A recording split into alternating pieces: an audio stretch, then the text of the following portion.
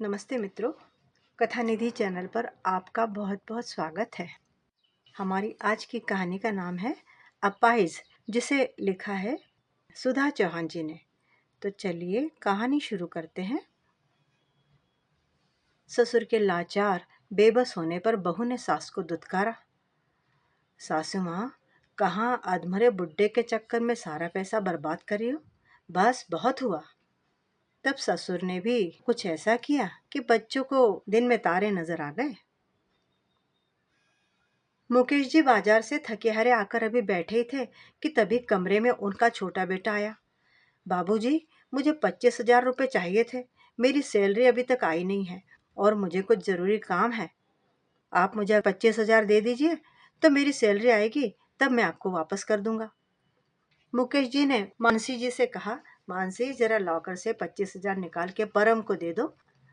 जैसे ही परम पैसे लेकर कमरे से बाहर निकला तो तभी उनका बड़ा बेटा कमरे में आ गया। बाबूजी, मुझे अपनी गाड़ी की रिपेयरिंग करानी थी, उसके लिए कुछ पैसे की जरूरत थी। अगर मुझे 10,000 अभी दे दो तो। हाँ हाँ, क्यों नहीं बेटा, ले जाओ। मानसी देवी ने 10,000 रुपये बड़े बेटे के हाथ में भी थमा दिए। दोनों बेटे अपने अपने पैसे लेकर चले गए। मुकेश जी अच्छी तरह से जानते थे कि बेटे पैसों से क्या करते हैं और ये पैसे वापस आने वाले नहीं, परंतु वे चुप थे क्योंकि उन्हें पता था कि है तो उनके बेटे ही, उन्हीं की संतान है। अगर माँ बाप के पास कुछ मांगने के लिए नहीं आएंगे तो कहाँ जाएंगे? जरूरत पड़ने पर तो माँ बाप की तरफ ही देखेंगे ना। फिर जो भी कुछ है वो सब बच्चों का ही तो है। बस यही सोचकर मुकेश जी कभी भी अपने बेटे बहू से कोई सवाल नहीं करते थे अगर वो कुछ मांगते थे तो, और ना ही ये पूछते थे कि वे पैसे कहाँ खर्च करेंगे। और कभी पूछ भी लेते तो बच्चे बोलते थे कि बाबूजी, आपको हम पर भरोसा नहीं है क्या? आपको अपनी परवरिश पर कोई शक है क्या? सुनकर मुकेश जी बेटे की तरफ देख के हंस दिया करते। हालांकि उनकी पत्नी मानसी को ये बात बिल्कुल अच्छी नहीं लगती थी। वो उनसे कहती, अजी आप क्यों बच्चों के चक्कर में पड़े रहते हैं? आपको पता है ना, अच्छा खासा कमाते हैं दोनों, फिर भी आपसे पैसे मांगते रहते हैं। अरे मानसी, कोई बात नहीं, तुम फिक्र ना करो। आखिर है तो सब बच्चों का ही, आज नहीं तो कल तो उन्हीं को जाना है।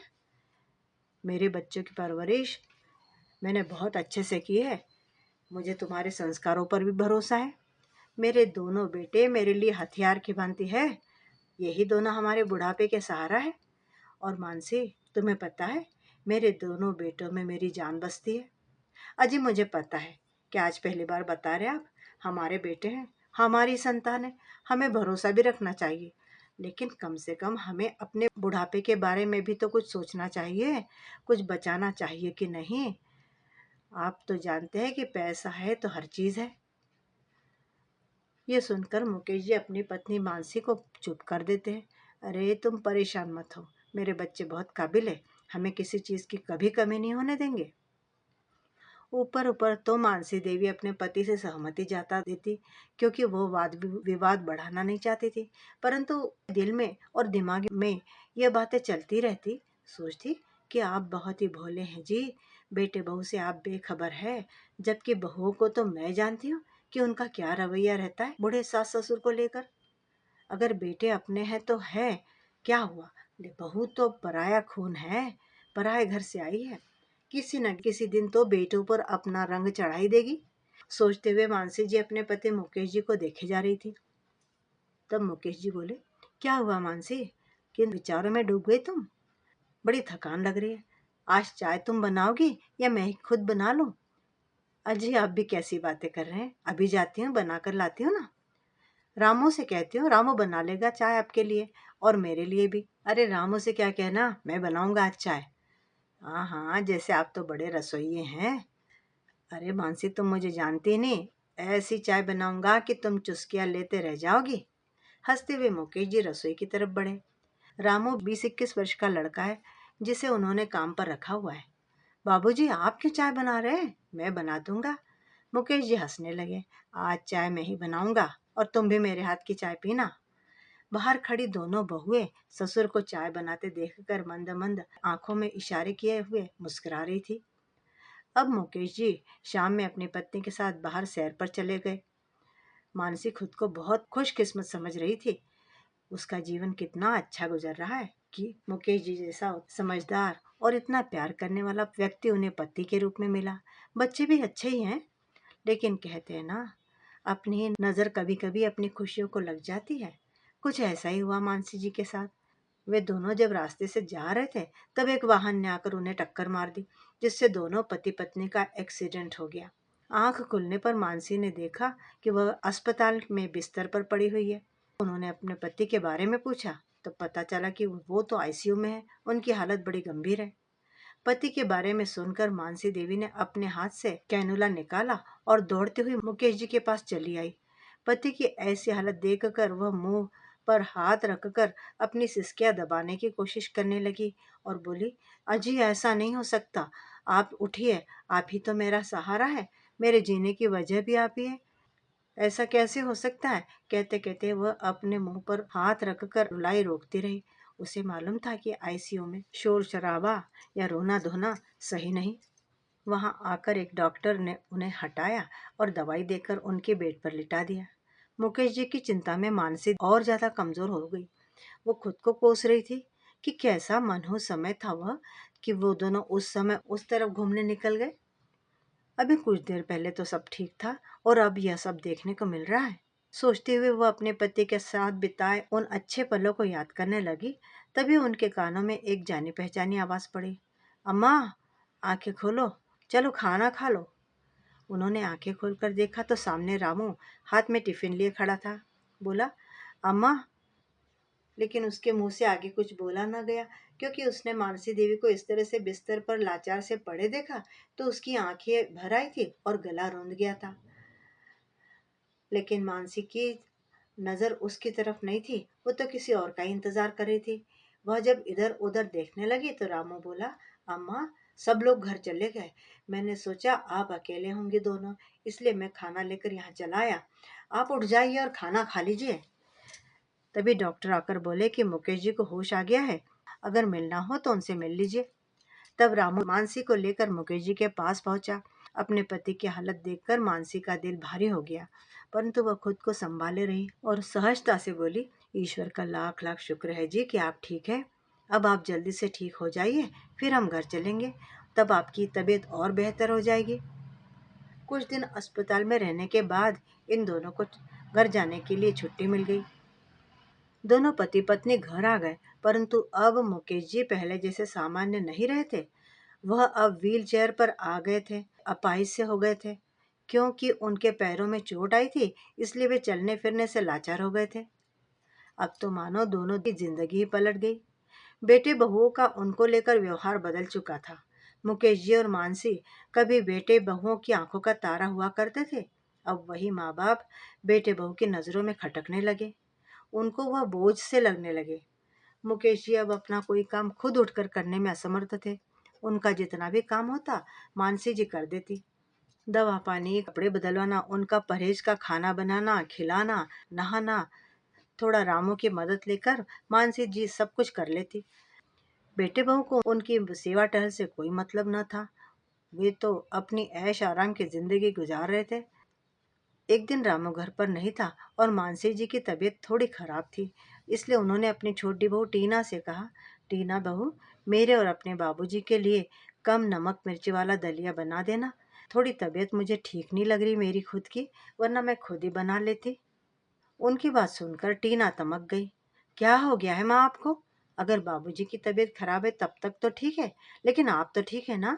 आप ही बनाइए दलिया फलिया। और क्या हुआ जो सर में दर्द है? मेरे सर में हमेशा कितना दर्द रहता है, मेरे अपने भी तो कितने काम पड़े हैं, मुझसे नहीं होगा। और फिर बाबूजी को बीमार पड़े कितने दिन होगा, पता नहीं और कितने दिन वे ऐसे ही पड़े रहेंगे। बहू, मैंने जरा सा दलिया बनाने के लिए ही तो कहा है तुम्हें, इतना क्यों भड़क रही हो? जरा सा दलिया नहीं है माँ जी, अभी दलिया के लिए कह रही हो, थोड़ी देर में किसी और काम के लिए बोलोगी। मैं तो आपकी चाकरी में ही लगी रहूंगी, मुझे मत कहा करो ये सब, मैं नहीं करूंगी। मुझे मेरे बच्चों को भी तो देखना होता है। और आपको पता है पिछले कुछ दिनों से घर के क्या हालात है? आप लोगों की वजह से मैं अपनी सहेलियों की किटी पार्टी में भी नहीं जा पाई हूँ। हर चीज में रुकावट डल गई है। पता नहीं और कब तक मुझे ये सब बर्दाश्त करना होगा। ऐसा लग रहा है जैसे किसी कैद में रह रही हूँ मैं। आप तो बूढ़े हैं, आपको क्या समझ आएगी मेरी फीलिंग्स, कहकर हाथ झटकते हुए बहू अपने कमरे में चली गई। मानसी बहू का ऐसा रूप देखकर दंग रह गई। पहले तो उन्होंने इस तरह से बहू का व्यवहार कभी देखा नहीं था। उनकी आंखों से आंसू झरने लगे। फिर उन्होंने खुद को संभाला और जैसे तैसे पति के लिए दलिया बना कर ले गई। कभी वह अपने बेटों से दवा या फल फ्रूट आदि लाने के लिए कहते, तब बेटे भी उनको आजकल इसी तरह से कोई जवाब दे देते थे कि पैसे कोई पेड़ पर नहीं होते, ना ही हमारे पास फालतू के पैसे, ना ही हमारे पास में समय है। आपको बाबूजी की हालत देख तो रही है, क्यों उन पर फालतू का खर्च कर रही है। अब वह पहले जैसे कभी नहीं होने वाले, जैसे है वैसे ही रहेंगे। उन पर पैसा बर्बाद करने की कोई ज़रूरत नहीं है, और अगर आपको करना है तो करते रहिए, हमारे पास नहीं है इतना पैसा। बेटों की ऐसी बात सुनकर मानसी जी का कलेजा छलनी छलनी हो जाता था। उनकी बातें तीर की तरह चुभ जाती थी उन्हें। वो सब समझती थी कि बेटों को यह सब सिखाने वाली उनकी बहू ही है, जो सास ससुर को बिल्कुल कुछ नहीं समझती हैं। मानसी जी सोच में पड़ जाती कि यही वो बेटे हैं जो जरा जरा सी बात के लिए बाबूजी बाबूजी कहते हुए उनकी चापलूसी करते थे और उनसे पैसे झटक लिया करते थे। आज जरा से खर्च के लिए ये हमसे मुंह मोड़ रहे हैं। आज जब हमें इनकी जरूरत है, हम बेबस मजबूर हो गए हैं, इनके पिता अपाहिज हो गए, तो हमें दूध में से मक्खी की तरह निकाल कर फेंक रहे हैं। मानसी जी मन ही मन गुस्सा भी होती, पर अपना गुस्सा निकाले किस पर, कौन उनकी सुनेगा। जब वह अपने कमरे में गई तो देखा मुकेश जी की भी आंखें आंसुओं से भरी हुई थी। वो बोले, पता है मानसी, मैं अपने बेटों को कितना काबिल समझता था। हालांकि काबिल तो वे है, लेकिन मुझे इन पर इतना विश्वास था, अपनी परवरिश पर, तुम्हारे संस्कारों पर भरोसा था। मैं तो अपने दोनों बेटों को अपने दो हाथ समझता था, अपने बुढ़ापे का सहारा समझता था। लेकिन आज हमारी मुसीबत के समय में, हमारी लाचारी के समय में वे हमें ऐसे दिन दिखा रहे हैं जैसे वे हमारे है ही नहीं कोई। मैंने तो अपने बेटों को कभी किसी चीज़ के लिए मना नहीं किया और दोनों को बराबरी से ही हर चीज़ दी। लेकिन मानसी, तुम मेरी चिंता मत करो, मैं बिल्कुल ठीक हूँ और जल्दी ही स्वस्थ भी हो जाऊंगा। हाँ जी, मुझे पता है। मानसी जी ये कहते हुए तिजोरी की चाबी ढूंढने लगी। पता नहीं तिजोरी की चाबी कहाँ रख दी मैंने, यहीं पर तो रखी थी। अरे ध्यान से देखो, कहीं तकिए के नीचे वीचे पड़ी होगी। अरे नहीं दिख रही ना। तभी रामू, जो उनके कमरे के बाहर से गुजर रहा था, वो अंदर आ गया। बोला, अम्मा, सुबह छोटी और बड़ी भाभी जी आपके कमरे में आई थी, शायद उनसे पूछ लीजिए चाबी के बारे में। रामू की बात पर पहले तो मानसी जी को यकीन नहीं हुआ कि बहुओं ने चाबी ली होगी। फिर भी वह खुद को सहज रखते हुए बहू के पास पहुंची और थोड़े सकुचाते हुए बड़ी बहू गीता से बोली, गीता, तुमने की तिजोरी की चाबी देखी थी क्या कहीं। यह सुनने की ही जैसे देर थी, गीता तो जैसे तैयार बैठी थी अपनी सास से मुंहजोरी करने के लिए। गीता के साथ साथ टीना भी अपनी सास पर चिल्लाने लगी, माँ जी, क्या हो क्या गया आपको, आपको क्यों दिखाई नहीं दे रहा, कितना पैसा हम बाबूजी पर लगा चुके हैं, क्यों पानी की तरह पैसा बहाई जा रही हो। कौन सी खान भर के रखी है हमने पैसों की, जो बिल्कुल ही फिक्र नहीं है आपको। दिख रहा है ना बाबूजी अब किसी काम के नहीं रहे, ना ही वो काम कर पाएंगे आगे, तो फिर क्यों बर्बाद किया जा रहा है पैसा। अरे हमारे लिए भी तो सोचिए, हमारे भी बाल बच्चे हैं, कुछ पैसे हमारे लिए रखिए बचा कर। घर के कितने खर्चे होते, वो तो हमें अच्छी तरह से जानते। आप तो ऐसे अपने पति के मुंह में पड़ी हैं कि आगा पीछा सोचे बिना खर्चा करवाई जा रही है। और पता नहीं बुढ़ापे में अगर वो ठीक भी हो गए तो क्या ही कर लेंगे आप उनका। छोटी बहू बेशर्मी से बोली, हाँ मम्मी जी, हाँ मम्मी जी, टीना बिल्कुल ठीक कह रही है। मैं गलत कब रहती हूँ, लेकिन मेरी सुनता ही कौन है। टीना ने कहा, इस घर में मम्मी जी अब आपकी एक भी नहीं चलेगी, हम कह देती हैं। दोनों बहू एक साथ ही उनको धमकाते हुए बोली, अब तिजोरी की चाबी हमारे पास ही रहेगी, हम आपको चाबी नहीं देने वाली। बहुओं की ऐसी बातें सुनकर मानसी जी सन्न रह गई। उन्हें यकीन नहीं हुआ कि उनके ही लॉकर की चाबी बहुएं उन्हें नहीं देना चाहती और उन पर इस तरह से रौब जमा रही हैं। वह हैरानी से उनको देखने लगी। क्या देख रही है माँ जी, मैं नहीं दूंगी चाबी, जाइए यहाँ से। बहू की बात सुनकर मानसी जी चुपचाप रुआसी सी होकर अपने कमरे में आ गई। अगली सुबह जब वह सोकर उठी तो देखा उनके पति मुकेश जी दर्द से करा रहे थे। उन्हें काफी तेज बुखार था। तब वह अपने बेटों के पास गई। दोनों बेटों से बोले कि बेटा तुम्हारे बाबूजी को बहुत तेज बुखार है, लगता है कि हॉस्पिटल में लेकर जाना पड़ेगा, जल्दी से गाड़ी निकालो, वैसे भी उनके रूटीन चेकअप का समय भी हो चुका है। नहीं माँ, गाड़ी तो नहीं ले जा सकते, मेरी गाड़ी में इतना पेट्रोल नहीं है, बेटा बड़ी बेशर्मी से बोला। और मेरे पास में पेट्रोल डलवाने के लिए पैसे भी नहीं है। आपको घर की हालत तो दिख ही रही है ना माँ, कितनी तंगी चल रही है। ऐसे में मैं और ज़्यादा खर्चा नहीं बढ़ाना चाहता, आप देख लीजिए जैसे भी ले जाना हो। तभी दूसरा बेटा भी आ गया। हाँ माँ, भैया तो बिल्कुल ठीक कह रहे हैं, आपको तो पता ही है ना, रोजमर्रा के काम करने वाले लोग हैं हम, हमें दूर तक जाकर काम करना पड़ता है। घर पर हम निठल्ले थोड़े ना बैठे रहते हैं कि आपको कभी डॉक्टर के पास तो आपके कभी फल और कभी दवा लाते रहे। ऐसा करिए माँ, आप रामू को बुला लीजिए और ऑटो से चले जाइए, हमारे पास में समय नहीं है और पैसा तो उससे ज्यादा नहीं है। इतना कहकर दोनों ही बेटे दुकान के लिए निकल गए। मानसी उनका मुंह ताकती रह गई। आजकल तो उन्हें बारंबार मानसिक आघात हो रहे थे। वे चुपचाप अपमान का घूंट पीकर रह गई। आखिर वह भी पति के आगे मजबूर थी। थोड़ी देर बाद रामू आया तो बोला, माँ जी चलिए, मैं ऑटो ले आया हूँ, हॉस्पिटल जाना है ना बाबूजी को लेकर। मानसी देवी थोड़ी देर ऐसे ही खड़ी रही। अम्मा क्या हुआ, सब ठीक तो है ना? मानसी जी रुंधे गले से बोली, बेटा मैं क्या कहूँ तुझसे, मेरे पास में रिक्शा के पैसे तक नहीं है, हॉस्पिटल के पैसे मैं क्या दूंगी, बहू ने मुझे लॉकर की चाबी नहीं दी। तब रामू बोला, अरे अम्मा आप बिल्कुल भी फिक्र मत कीजिए, मेरे महीने की तनख्वाह में से कुछ पैसे बचे हुए हैं मेरे पास, जिससे बाबूजी की दवाई, कुछ फल भी ले लिए जाएंगे और ऑटो के पैसे भी हो जाएंगे, आप बेफिक्र रहिए। कहते हुए रामू मुकेश जी की व्हील चेयर को सरकाता हुआ ऑटो तक ले आया। फिर उसने ऑटो वाले की मदद से उन्हें ऑटो में बैठा भी दिया। अब मानसी को थोड़ी हिम्मत आई, इस दुख में कोई न कोई तो है उनके साथ, भले ही वो अपना नहीं है लेकिन बेटे बहू से बढ़कर है, उनकी सेवा कर रहा है। रामू उन्हें अस्पताल ले गया, डॉक्टर को दिखाया, रास्ते में आते हुए उनके लिए कुछ फल भी लिए। मानसी जी बोली, इस मुसीबत के समय में, इस दुख की घड़ी में, जब मेरे बेटे बहू ने मुझसे पल्ला झाड़ लिया, तब बेटा तू हमारी मदद कर रहा है, हम तेरे हमेशा ऋणी रहेंगे। अम्मा आप कैसी बातें कर रही हैं, मैं भी तो आपके बेटे की तरह ही हूँ।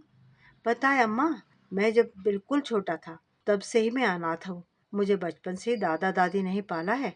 अब उनके बाद मैं बिल्कुल अकेला पड़ गया, जिसके बाद मुझे आपका आसरा मिला। मैं आपको अपने माँ बाप के रूप में ही देखता हूँ, इससे मुझे बहुत खुशी मिलती है अम्मा, और अकेलापन महसूस भी नहीं होता। रामू की बात सुनकर मानसी जी उसके सर पर हाथ फेरते हुए आशीर्वाद देने लगी। रामू अपने मालिक मुकेश जी की सेवा में लगा रहा, वह उनका बहुत ध्यान रखता। मुकेश जी भी पहले से बेहतर होने लगे थे। समय के साथ उनकी तबीयत में सुधार आ गया। कुछ समय यूं ही बीत गया।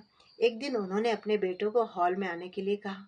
तब बेटे भड़कते हुए आए और बोले, बाबूजी क्यों सुबह सुबह हमें परेशान कर दिया, आपको पता है ना हमें दुकान जाने के लिए लेट हो रहा है, खुद तो आप सारा दिन ऐसे ही बैठे रहते हो, काम धंधा आपको है नहीं, और हमें भी अपने जैसा समझ लिया क्या कि जब आपने सोचा ऑर्डर देकर बुला लिया। ये कहते कहते जब उन्होंने सामने सोफे पर बैठे अपने माँ बाबूजी को एक पराये व्यक्ति के साथ बैठे देखा तो चौंक ही गए। वहां पर मुकेश जी और मानसी जी के साथ एक शख्स और बैठा था, जो सूट और कोट पहने हुआ था, जो पैंट कोट पहने हुआ था।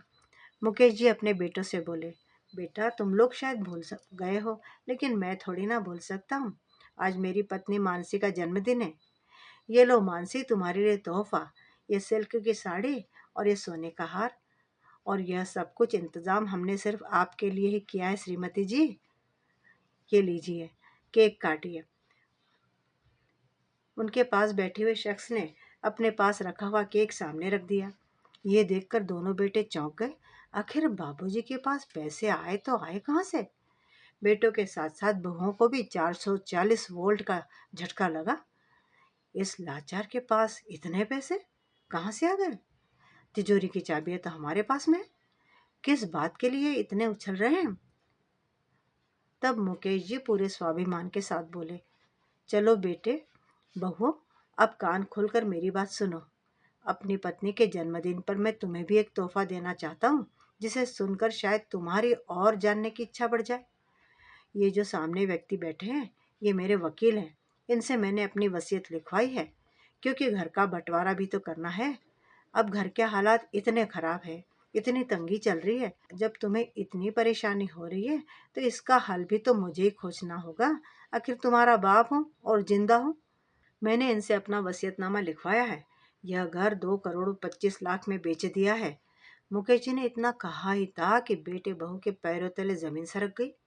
उनके तो जैसे होश ही उड़ गए। दोनों बेटे चिल्लाने लगे, बाबूजी, ये आपने क्या किया? आपकी ऐसी हिम्मत कैसे हुई? हमारी मर्जी के बिना, हमसे कुछ भी पूछे बिना आपने घर का बंटवारा, घर का बेचवाली सब कर लिया। और आप तो जानते हैं इसी घर से हमारे काम सब चलते हैं, और आपने हमसे एक बार भी नहीं पूछा। मुकेश जी भी बच्चों से अधिक ऊंची आवाज में चिल्लाकर बोले, बेटा, अभी मेरी बात पूरी नहीं हुई, पहले पूरा सुन लो, बाद में बड़बड़ाते रहना।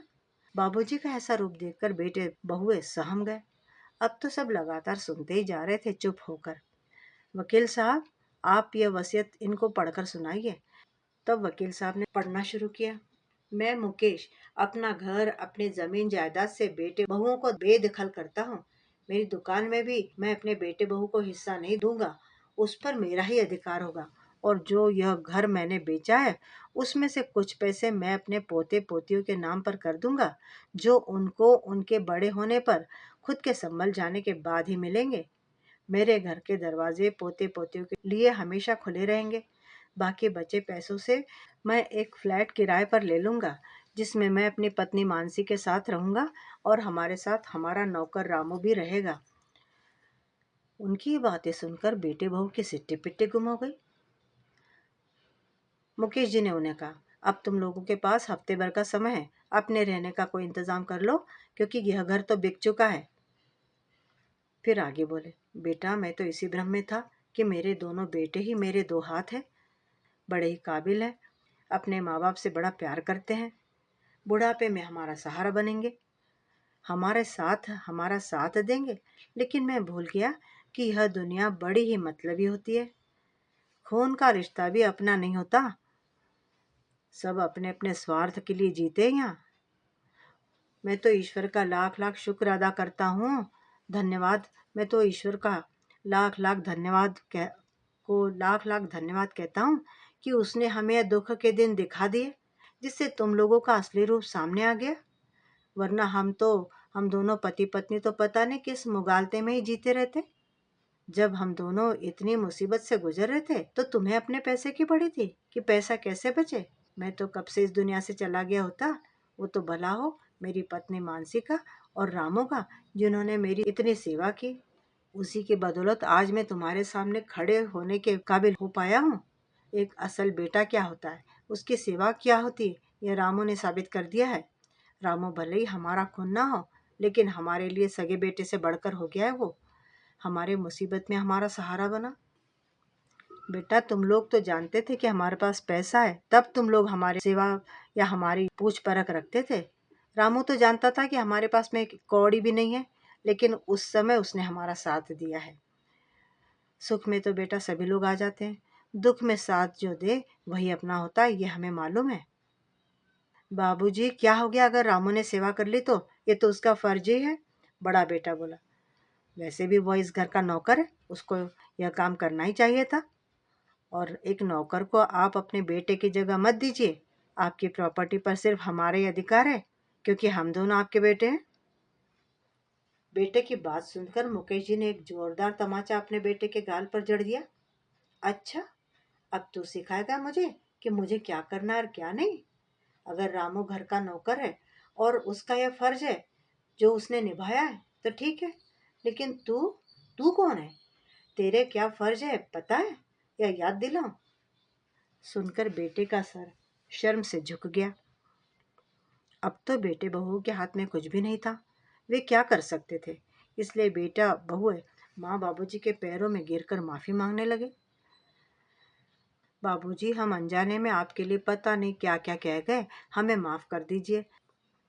अच्छा बेटा, जाने अनजाने में तुमने अपनी माँ को दुत्कारा, उसका दिल दुखाया, यहाँ तक कि तुमने उसे खून के आंसू रुलाए। तुम ये भूल गए कि जिस घर में रहते हो वो घर मेरा है, और जिस दुकान पर से यह खाने पीने का सामान आता है वो दुकान भी मेरी है। बस अब बहुत हुआ। मैं तुम लोगों को कभी माफ नहीं करूंगा। तुम लोग अपने बोरिया बिस्तर बांधो और अपने लिए दूसरा घर ढूंढ लो। बहुत पैसे का भूत सवार है तुम पर। मैं दोबारा तुम्हारे मुंह में नहीं पड़ने वाला। बेटे बहुए मुकेश जी के पैरों से हटकर मानसी जी के पास आ गए। मानसी जी ने उनकी तरफ देखना भी ठीक नहीं समझा। उन्होंने अपना मुंह फेर लिया। इतना उनका मन बेटे और बहू की तरफ से कड़वा हो चुका था। माँ बाबूजी अपने बेटे बहू को माफ नहीं कर पाए। अब बेटे बहू किराए के मकान पर रह रहे हैं। उन्हें अपने घर का खर्च निकालना बड़ा भारी पड़ रहा है। लेकिन अब क्या कर सकते हैं। कार भी मुकेश जी ने अपने घर पर ही रखवा ली थी। रामू जाकर दुकान का कामकाज देख लेता है और मुकेश जी एक फ्लैट किराए पर लेकर उसमें अपनी पत्नी और रामू के साथ रहने लगे हैं। दोस्तों, माँ बाप का दिल इतना भी ना दुखाए, इतना भी उनका अपमान न करे कि उनका दिल आपकी तरफ से पत्थर हो जाए और वे आपके खिलाफ होकर ऐसे कठोर फैसले ले ले जो आप बर्दाश्त न कर पाए। मुश्किल घड़ी में अगर आप अपने माँ बाप के साथ रहते हैं तो ये आपको फर्ज ही है, या आप उनके ऊपर कोई एहसान नहीं करते हैं। मित्रों, अभी आप सुन रहे थे कहानी अपाहिज। क्या आपको मुकेश जी का फैसला सही लगा? बेटे बहू का व्यवहार तो निश्चय खराब था, लेकिन एक माँ होकर भी मानसी जी ने बच्चों से मुंह फेर लिया। क्या आपको उनका व्यवहार सही लगा? कमेंट बॉक्स में अपनी राय ज़रूर लिखिएगा। चैनल पर नए हैं तो चैनल को सब्सक्राइब भी ज़रूर कर लीजिएगा। और अगर कहानी अच्छी लगी है तो लाइक और अपने मित्रों के साथ शेयर भी ज़रूर कीजिएगा। ऐसी कहानियाँ वास्तव में सभी को एक तरह से शिक्षाप्रद कहानियाँ होती हैं कि वे अपने जीवन में संभल कर ही रहें। कहानी सुनने के लिए बहुत बहुत धन्यवाद। आपका दिन शुभ हो।